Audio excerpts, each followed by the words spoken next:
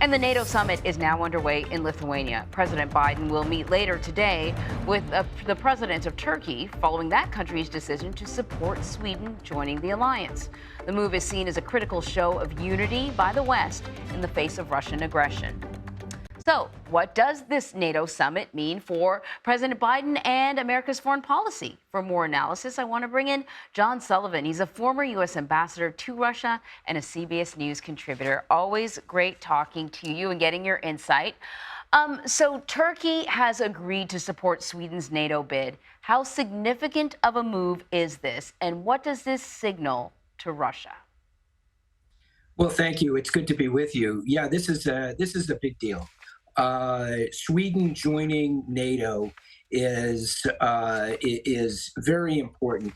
A, for alliance unity, and B, what it says about Turkey as a NATO member. If Turkey had blocked Sweden's accession to NATO, there would have been great distress within the alliance. As it turns out, there's alliance unity. The alliance has adopted new war plans that are aimed at Russia. It's really Putin's worst nightmare is what's coming out of this alliance meeting. So, of course, in negotiations, something's got to give.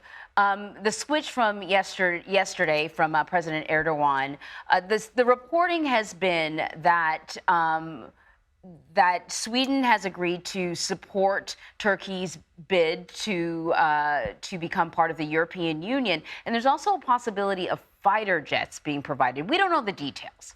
But I want to just, if that is true, I want to get your take on that compromise. Why does Turkey want to be in the EU? And is it significant, if it's true, that fighter jets may be provided? Well, sure. First of all, President Erdogan of Turkey is nothing if not a good politician, and he squeezed the alliance for all he could get. He sought F-16 fighter jets to update his country's air force. He sought for years membership in the EU for economic and other reasons. So he pushed as hard as he could, but he didn't want to break the alliance. He didn't want to cause alliance disunity. So ultimately, he agreed to admit Sweden, but he used the opportunity to get what he could, particularly from the United States and the EU. So, meantime, even before this conflict, Ukraine has been lobbying to become part of NATO.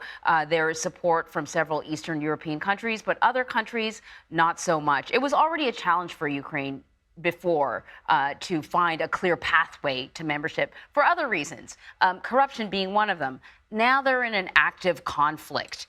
President Zelensky had some pretty strong words for the organization. He said, "It seems there is no readiness neither to invite Ukraine to NATO nor to make it a member of the alliance. This means that a window of opportunity is being left to bargain Ukraine's membership in Ukraine in negotiations with Russia. And for Russia, this means motivation to continue its terror." I want to get your take on this. It's no surprise that President Zelensky would be lobbying for his country, but does he have a point that leaving NATO membership off the table is a powerful negotiating tool for Russia? Well, a couple of things to note about this. First, immediate NATO membership is just not possible. Ukraine's involved in a war.